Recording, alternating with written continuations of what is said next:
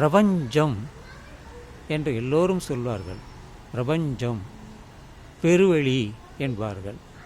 நமக்கு தெரிந்ததெல்லாம் இந்த பூமி, வானம். இந்த வானத்தில் பார்த்தால் எல்லா இடத்துலையுமே விளக்கு இருக்கிறது. அப்போ இது வெளி. நம்ம பூமின்னு தர மேலே இருக்கோம் நம்ம, ஆனால் உருண்டை. அதுக்கு மேலே இருக்கிறது தான் வெளி, பரந்த வெளி அப்படின்னு சொல்லுவாங்க. 360 டிகிரி அப்படி சுற்றி வந்தோம்னா அந்த பூமி இருக்கும், வானம் இருக்கும். பூமியும் அப்படித்தானே. அப்போ இந்த வானத்தில் இரவில் பார்க்கும் பொழுது மேகங்களை பார்க்கலாம், பகலிலும் பார்க்கலாம், நட்சத்திரங்களை பார்க்கலாம். அந்த நட்சத்திரங்களுக்கும் அப்பால் என்ன இருக்கிறது என்றால் நமக்கு தெரியாது. நமக்கு கண் பார்வை ஏதாவது ஒரு பொருள் இருந்தால்தான் தெரியும், அது வெளிச்சம் இருந்தால்தான் தெரியும்.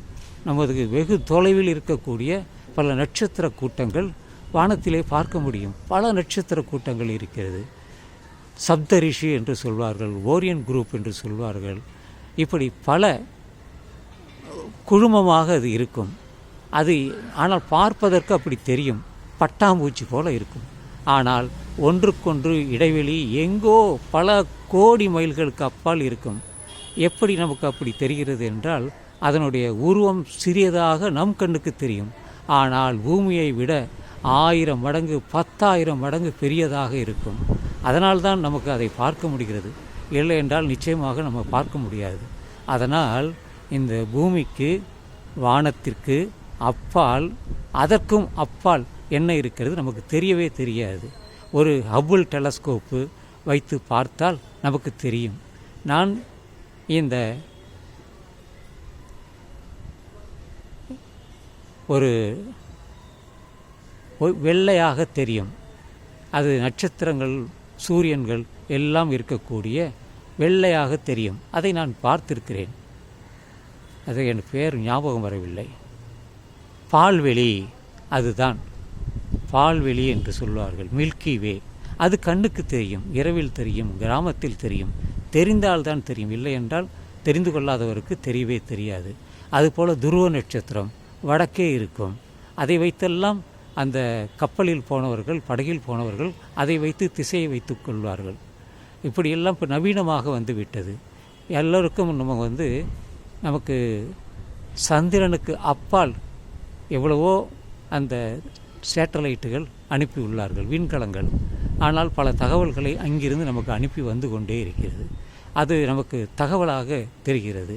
அதை பற்றி அந்த வானியல் ஆராய்ச்சியாளர்கள் சொல்கிறார்கள். அப்படி அவர்கள் சொல்வது தான் இந்த பிரபஞ்சம் என்பது. நம்மிடம் இருக்கக்கூடியவர்கள் இதோ பிரபஞ்சம், நானும் சேர்ந்து இருக்கிறோம் என்றெல்லாம், இணைந்திருக்கிறோம் என்றெல்லாம் சொல்வார்கள். அது என்ன என்றால் அந்த மின்காந்த அலைகள் தான். பூமியிலிருந்து வானத்தில் அப்பால் எந்த கிரகங்களாக இருந்தாலும், எந்த சூரிய மண்டலங்களாக இருந்தாலும், பால்வெளியாக இருந்தாலும் அதற்கும் அப்பாற்பட்டு இருக்கிறது. அதுதான் பிரபஞ்சம் என்பது. கண்ணால் பார்க்க முடியாது. அதுபோல் பிளாக் ஹோல்ஸ் என்று நேற்று கூட ஒன்று படித்தேன். பிளாக் ஹோல்ஸ், கருந்துளை என்பது எப்பொழுது ஒரு சூரியன் அது எரிந்து அது அழிந்து விடுகிறது என்றால் ஒளியை இழந்துவிடும். அதில் இருக்கக்கூடிய அதனுடைய எடை குறைந்துவிடும், ஆனால் கூடிவிடும், சிறியதாக இருக்கிவிடும். அது துளை போல இருக்கும். அதனுடைய ஈர்ப்பு சக்தி மிக அதிகமாக இருக்கும் என்று விஞ்ஞானிகள் ஸ்டீஃபன் ஹாக்கிங் கூட சொல்கிறார். இன்னொரு நமக்கு தெரிந்த அவர்களும் சொல்கிறார். விஞ்ஞானிகள் தான். அதனால் விஞ்ஞானத்தை பற்றி தெரிந்தவர்களுக்கு எல்லாமே நன்றாக தெரியும். நாம் எல்லாம் அதை தெரிந்து கொள்ளாமலே தெரியாத தனத்தோடே பிரபஞ்சத்தை பேசுகிறோம், மற்ற எல்லாவற்றையும் பேசுகிறோம். அந்த நட்சத்திரங்கள் பார்த்து அதனால் நமக்கு பலன் உண்டு, இப்படி உண்டு, நவகிரகங்கள் இது செய்யும் அது செய்யும் என்றெல்லாம் சொல்லி இவர்கள் மக்களை குழப்புகிறார்கள். ரெண்டாவது, பணம் பண்ணுவதற்கு வேலையை அவர்கள் செய்து வருகிறார்கள். நண்பர்களே, இதையெல்லாம் நம்பாதீர்கள். விஞ்ஞானம் என்பது சுற்றிலும் வேறு, முற்றிலும் வேறு. இவர்கள் சொல்வதெல்லாம் கதைகள் தான், புராணம் போலது தான். இதையெல்லாம் நம்பாதீர்கள். வானத்தை பற்றி இங்கே சென்னையிலே கூட ஒரு கோளரங்கம் இருக்கிறது. அங்கே போனால் உங்களுக்கு எல்லா விஷயத்தையும் காட்டுவார்கள்.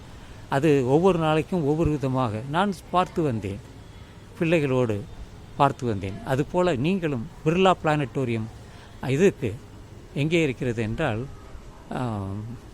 அங்கே சென்று நான் பார்த்து வந்தேன். கல்கத்தாவில் சென்று வந்து பார்த்துள்ளேன்.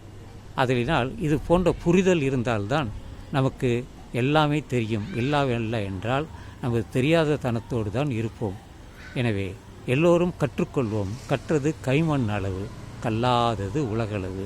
முயற்சிப்போமே, ஏதாவது தெரிந்து கொள்வோமே, நாம் தெரிந்ததை மற்றவர்களுக்கு சொல்லுவோமே. அந்த வாய்ப்பு எனக்கு கிடைத்தது.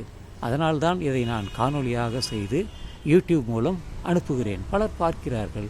அவர்களுக்கு புரிதல் வேண்டும் என்பதற்கு தான். எனவே நண்பர்களே, இந்த இரவு நள்ளிரவாகட்டும் என்று சொல்லி இந்த பதிவை நான் நிறைவு செய்கிறேன்.